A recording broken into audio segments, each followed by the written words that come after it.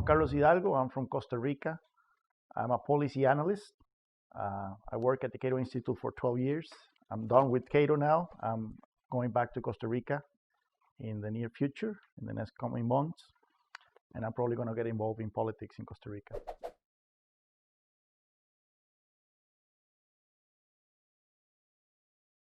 This is the pin. This is a poppy, which is the sign that people wear 2 weeks before Remembrance Day. Remembrance Day is November 11th. Is the anniversary of the end of World War I. And it's a poppy because the poppy is what grows in the fields of Flanders, where the trenches were in the First World War. So I like it. I like it because I read a story about the Christmas truce. I don't know if you heard of the Christmas truce. The Christmas truce was in 1914 when the British and French troops fraternized with the German troops.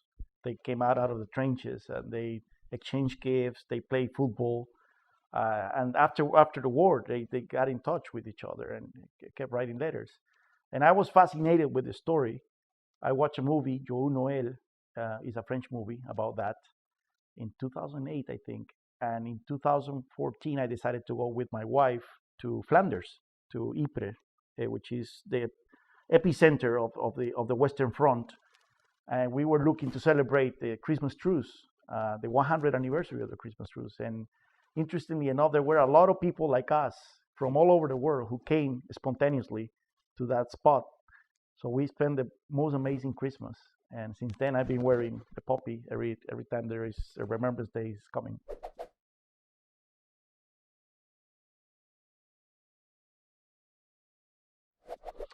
Well, we can safely say, and this is something that Transparency International said, that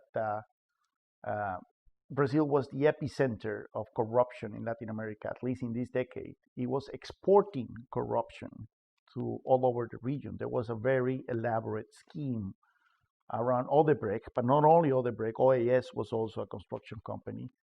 And we saw that the impact of these corruption cases have had profound effects in Peru, in Ecuador, in Dominican Republic, in Panama, and so on. One thing that is interesting about this is that we can actually use these corruption scandals as a way to measure how strong is the rule of law in certain countries.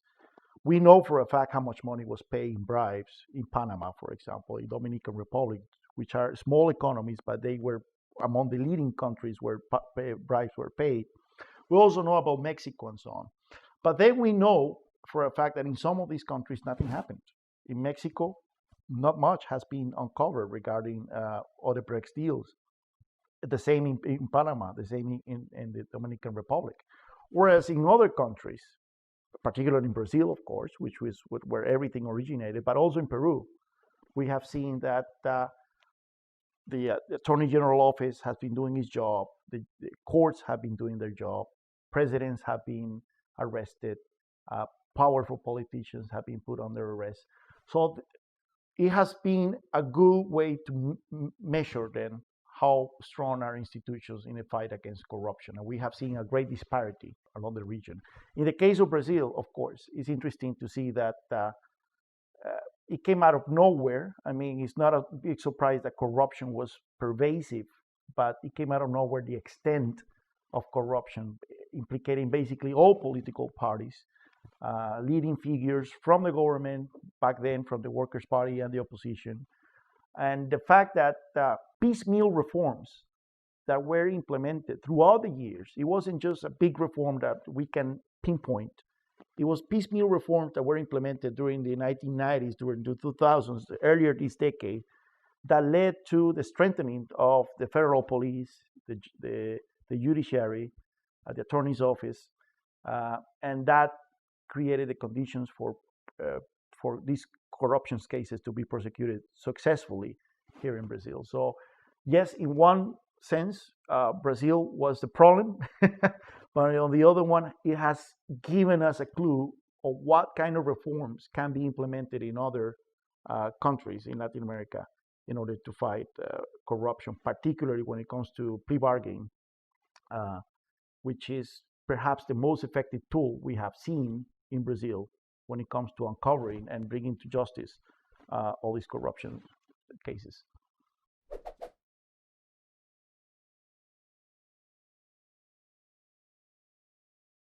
We need to be careful also, because in the fight against corruption, bad things can happen too. Excesses can happen, and we have seen that in Peru particularly. The abuse that the authorities, the judiciary authorities, have done of arrests, preventive arrest, which is, preventive arrest should be an exception to the rule in very particular circumstances. If the suspect, because he's not a criminal yet, if the suspect is thought to be dangerous, violent, if there is a chance that he might interfere with the investigation, or in the chance that he might escape. But we have seen that jailing preemptively people in Peru has been the norm. And in some cases, like Pedro Pablo Kuczynski, the former president, he was jailed for 3 years without a trial. And that's not the way that justice is supposed to work. So we have to be also careful that maybe, yes, there is a lot of enthusiasm to fight corruption, but in the lead to fight corruption, abuses can happen. But indeed, we not only have to see how to fight corruption, and we have identified what is the biggest source of corruption in Latin America nowadays, which is public procurement, public contracts, particularly regarding infrastructure. Yes, it's an area where, unfortunately, we're facing a big challenge. If the government builds infrastructure by its own, sometimes there's going to be corruption too. There's going to be a lot of waste. And many times the governments don't have money to build all these infrastructure projects. And that's why we have developed the public-private partnerships, and we have developed all these figures where the private sector is involved in building infrastructure, whereas it's like refineries or metros, systems, and so on. But now what we have found is that that's a major source of corruption. Of course, that companies pay bribes in order to get these contracts. Several years ago, before the Odebrecht scandal broke out, I was having lunch with a friend who was an ambassador to the OAS from one country that was particularly hit. I'm not going to say which one, but it was particularly hit with the Odebrecht scandal. And he told me something that I haven't thought about it. And he said, haven't you noticed that American firms never win contracts for infrastructure in Latin America? And I was like, well, that's right. That's interesting. And why is it so? Well, because the U.S. have the most strict rules regarding punishing companies that pay bribes in order to get contracts. I mean, the Department of Treasury will banish companies if they're found to pay bribes in other countries. So that's why American firms don't engage in that kind of corruption, and that's why they never win contracts. That's a good way to figure out if the system is corrupt. If American firms are out, that probably means that they are, because they're not paying bribes. That happened. That he told me this several years before the Odebrecht scandal broke out in Latin America. Eventually, his words were pretty prophetic. But indeed, so we have to figure out what instruments, what kind of balances can be implemented within the legislation, so we can, yes, keep having public-private partnerships in order to build infrastructure. It's the best way to build infrastructure out there, but without the corruption. In this regard, we will have to look at the best practices around the world. We don't have to invent hot water in that regard. We have noticed that Chile, for example, is a country where we haven't seen corruption scandals regarding the building of infrastructure, and there is a lot of participation of the private sector in building infrastructure in Chile. So maybe we have to see what is Chile doing in that regard, regarding building infrastructure. And of course, that's how to prevent corruption, and the other one is how to fight corruption, which means implementing these legal reforms that have been proved very effective in bringing these cases out to the open and fighting justice. Some of them are legal reforms to the judiciary, to the way that these cases can be investigated, like plea bargain. Other ones have to do with institutions, which, according to research, the research I've looked at, the free press, having an independent and widely read free press, is one of the key factors in fighting corruption in societies.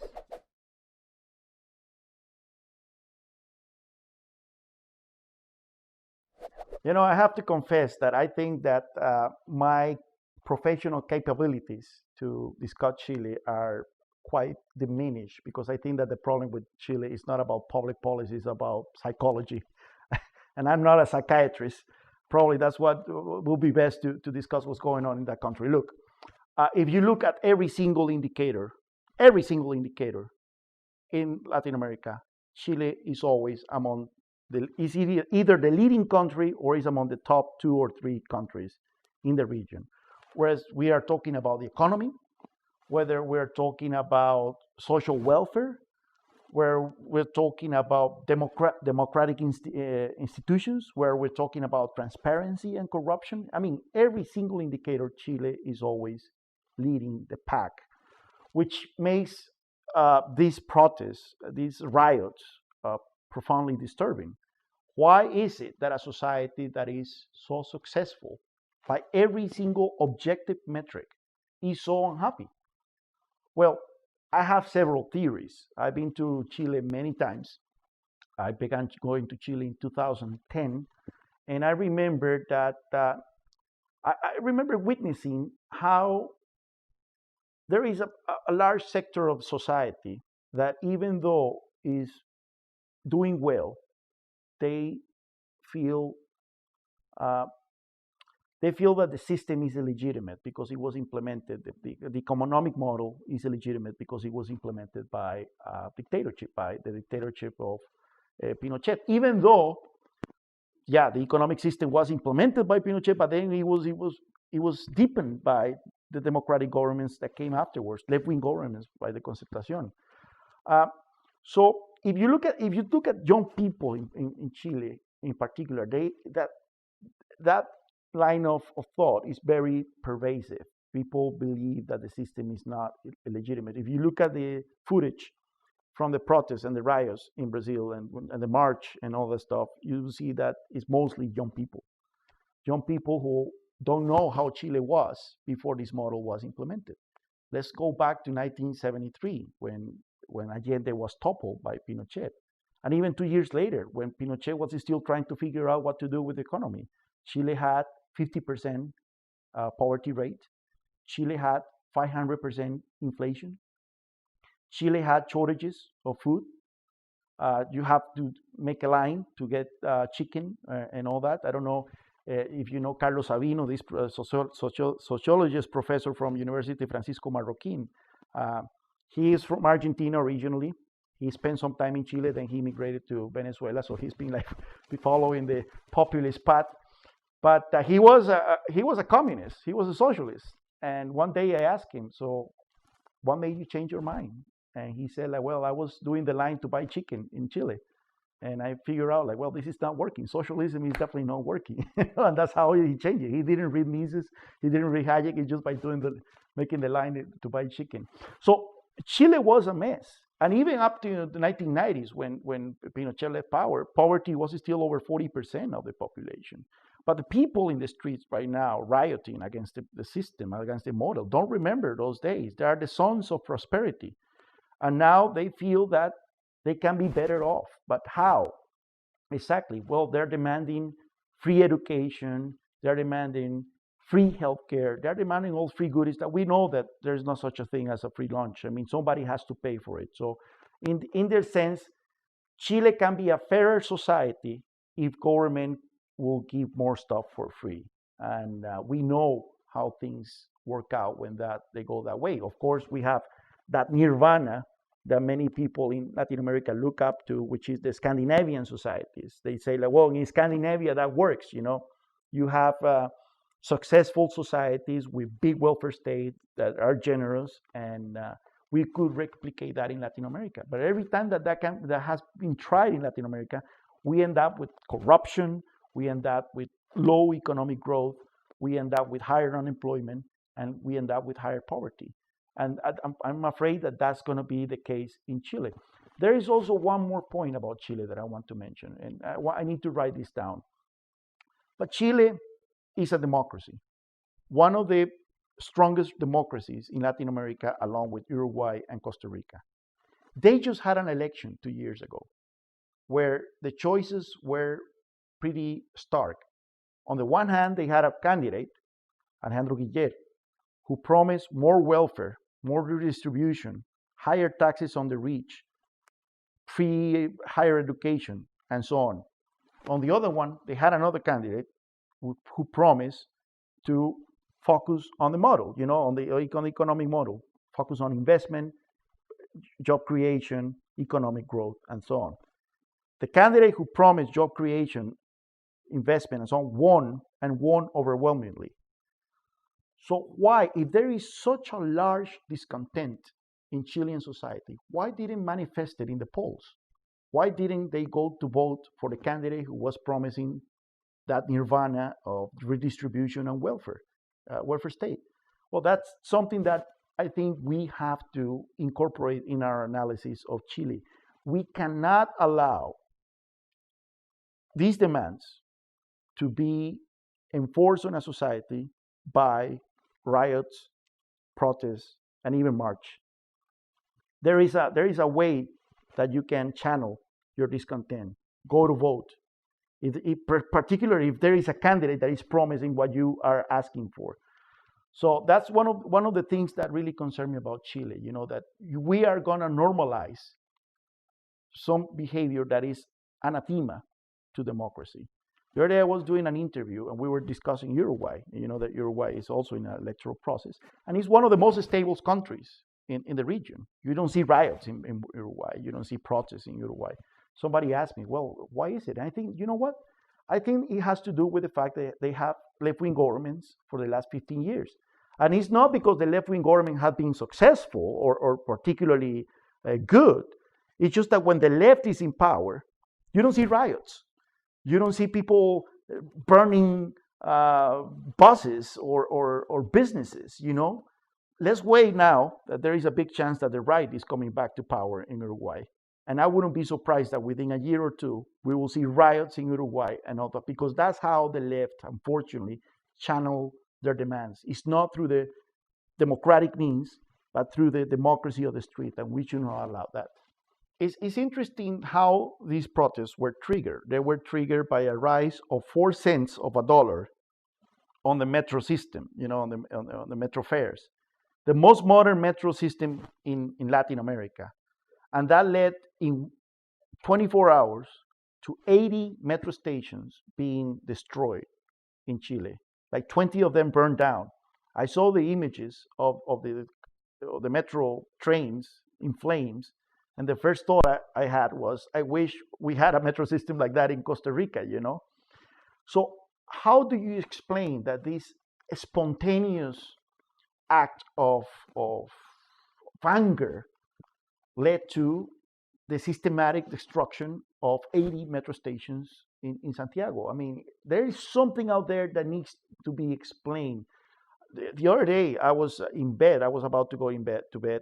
It was 11 p.m. And this friend from mine, he lives in Punta Arenas, and he's the editor of El Pingüino, which is the newspaper of that region, Magallanes. And he sent me a WhatsApp.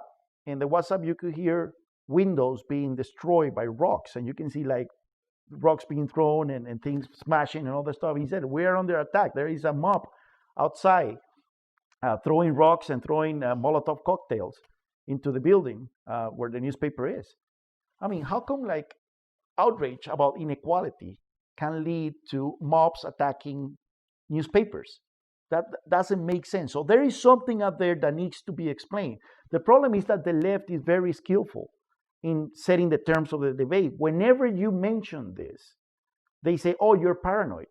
You're paranoid. You see chavistas all over the place, And so they make you look like a paranoid. They make you look like a freak, even though you're asking pertinent questions, I think.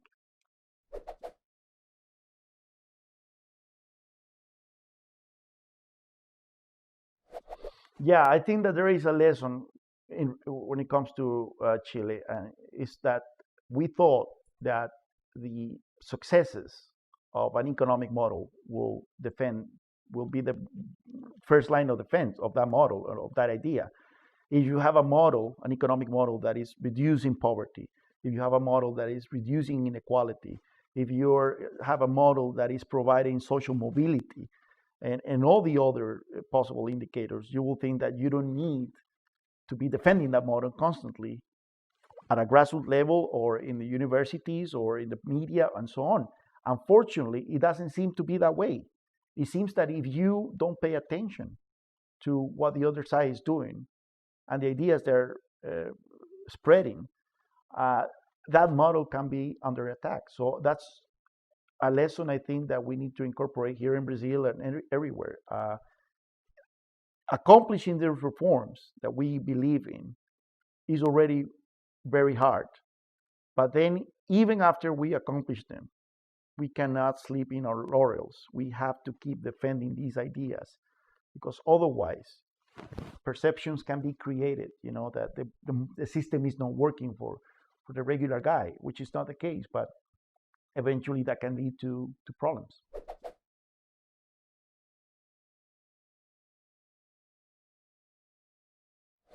Yeah, I read an article. I don't remember who was the author, saying that Chile was the first revolution of the modern era. Uh, we will have to see again. We see very different particularities in each case. In the case of the uh, yellow jackets in France, uh, there were some similar grievances. Like people in the rural areas felt neglected by Paris, and the rise of fuel prices, attacks on diesel in particular, was the trigger that led to these protests. We saw how Macron handled those. Um, then we have seen the Arab Spring, which has to do more like with having dictatorships in place and people, young people particularly, being hopeless regarding the economy, unemployment, and also like having a voice in electing their leaders. We saw how that ended up, and we have the most successful example, which is Tunisia, but then we have disasters like Libya. Uh, in the case of Latin America, we're seeing different protests. Uh, we saw what happened in Ecuador, also something that needs to be looked at. In that case, the trigger was more abrupt, which was the ending of fuel subsidies, and that tends to be very toxic when it comes to its politics. That's like a third rail of politics around the world. You touch the price of oil or of fuel, and then boom, you have riots. That's something that needs to be looked at. Uh, you know, I've been reading about Emmanuel Macron in France, and I found something very interesting because France is very Latin American in some regards. It's a country where you have an ostracized political class, and people who don't believe in politics. The economy was doing pretty bad. Growth was low, unemployment was high, taxes high, and the need for reform was very obvious.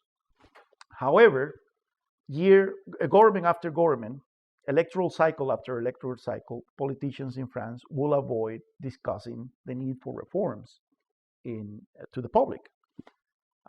But once they are in power, they will try to introduce reforms. And we saw that with Chirac, we saw that with Sarkozy, we saw that with Hollande. And the reaction will be strikes and people going into the streets and protests, and then they will have to backtrack. And then rise and they will try to do it again. Macron said, like, no, if we want to break that cycle, we need to talk to the people honestly, like during the election, and tell them that the country needs to be reformed and what kind of reforms need to be done. And if that politician wins, and I think you can win with that discourse, then you have a mandate to pursue these reforms. And this is what he did. He came to the French people with a new party, and he said, we need to reform the pension system. We need to reform employment laws. We need to cut taxes. We need to cut the payroll, the public payroll. Reforms that, even though he's not a libertarian, we will, as libertarians, identify with that agenda. And he won the election decisively, and he has been implementing those reforms. Yeah, he had some hiccups, and it's interesting that in the case of the major hiccup he had was with the yellow vest protest, but it had to do with raising a tax, actually, not lowering taxes. But in the case of going back to Ecuador, I'm not digressing. I'm going back to why I mentioned this. In the case of Ecuador, you have a president that came to power promising that he was the heir of Rafael Correa, that he was going to continue Rafael Correa's populist policies. But then he found that the country was bankrupt, and he tried to do a U-turn, and this is what happened. People went up to the streets because that's not what they voted for. So we have to keep those things in mind when we analyze protests in Latin America, because even though we believe that the policy might be right, in this case, yeah, removing those subsidies was extremely right. However, the politics is wrong, because this is not what you promise your voters you will do. And voters are right to be angry. This is not the case of Chile, again, going back to the example of Chile. Piñera was doing what he promised to do, and he was voted. And then you have other examples like Bolivia. In Bolivia, people are in the streets not because of economic policy. Actually, Bolivia is one of the countries that have been doing the best in terms of economic growth. They're in the streets defending their democracy from electoral fraud. So you will have to look at the different cases one by one. I don't think that we can talk that there is a single rule that is determining all these protests, going from Hong Kong to Lebanon and, the Arab Spring and France and Latin America.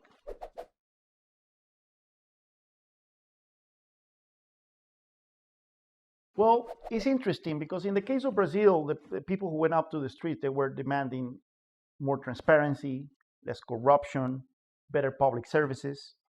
And I think that was a fair demand, given the circumstances. And also, it's not that there was an electoral option particular that was enticing for these people. They felt like the whole political class was corrupt.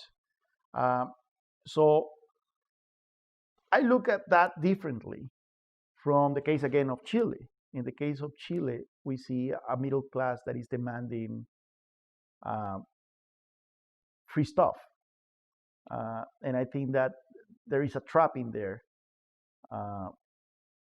Is people who are demanding higher pensions without having to work for those, or free access to college, or free access to all sorts of healthcare and so on. So I think there is a difference between both cases. In one case, I identify with the demands of the Brazilian middle class.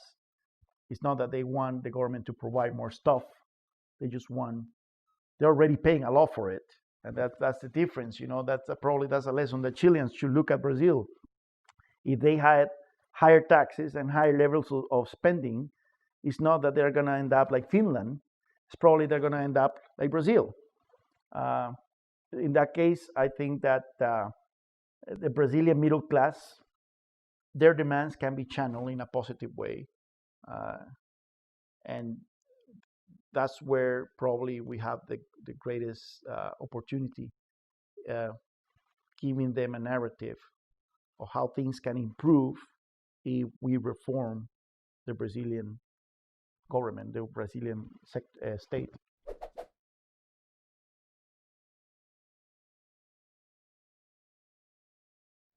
Well, the evidence says that economic growth is the best tool. There was that paper by the World Bank in 2013 that looked at all over the world, 118 countries, and they look at the bottom 40% of the population, the poorest 40%, and they looked at the increase in welfare, in incomes during this period of 40 years. 77% had to do with economic growth, and only 23% had to do with redistributionist programs, social programs. Many people are under the idea that poverty came down in Latin America in the last decade and a half because you have more generous programs like Bolsa Familia and so on, and that had a great social impact. But that's not the case. Actually, even research made during this period shows that economic growth was the key component. And now that economic growth has stalled, we see that those victories, those gains regarding poverty are being reversed, even though the programs continue to be generous to the poor. So we need economic growth. This paper from the World Bank also found that there is a one-on-one relationship between economic growth and the income of the poorest 40% of the population. That means that if you live in a country that is growing 2%, the poorest 40% have their incomes grow by 2%. If you live in a country that grows 5%, the poorest 40% see their incomes grow by 5%. So the faster an economy grows, the better for the poor. And I think that the trap that we have fallen into in Latin America is believing that social programs by themselves are the best way to tackle poverty. They can be of help. I'm not dismissing the need for social programs. I believe in a safety net, but that's a temporary solution. That's not going to be the ultimate solution to the problem, which is lifting these people out of poverty. And I think that most governments want to see the number of people in poverty reduced, but there are some others that don't. And remember what one official from the Venezuelan regime once said, that like the problem is that if people leave poverty in Venezuela, they're going to become members of the opposition, he said. So there are people out there who like poverty because it provides a big market for their political aims.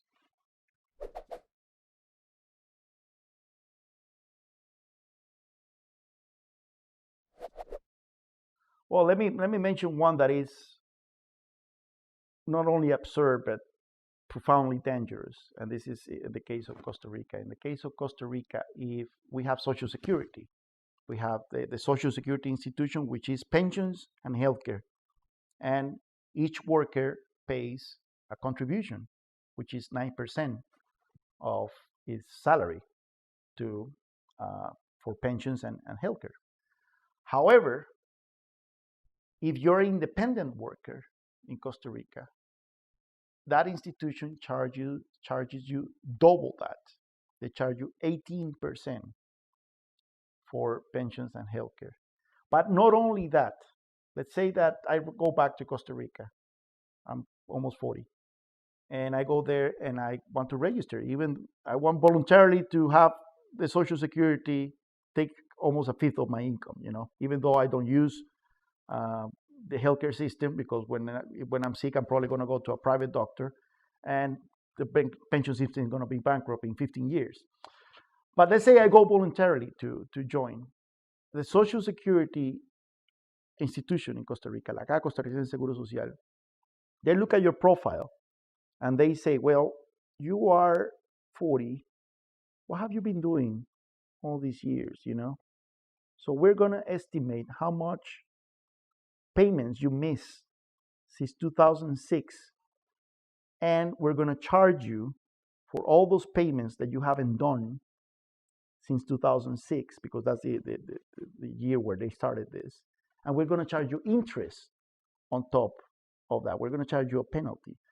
So even if I voluntarily want to join Social Security, contribute a fifth of my income to the system, the government tells me, well, not so fast. You still have to pay millions of colones, thousands of dollars in penalties for all the contributions that you didn't make through all the years. So guess what? 92% of independent workers in Costa Rica are informal. They just don't join Social Security. I think that's one of the stupidest things you can ever think. If I were president of the Social Security institution, I would say, like, not only let's lower the contribution to 9%, like every other worker in the private sector, but let's not charge a penalty for back contributions, because that actually is preventing people from joining the system.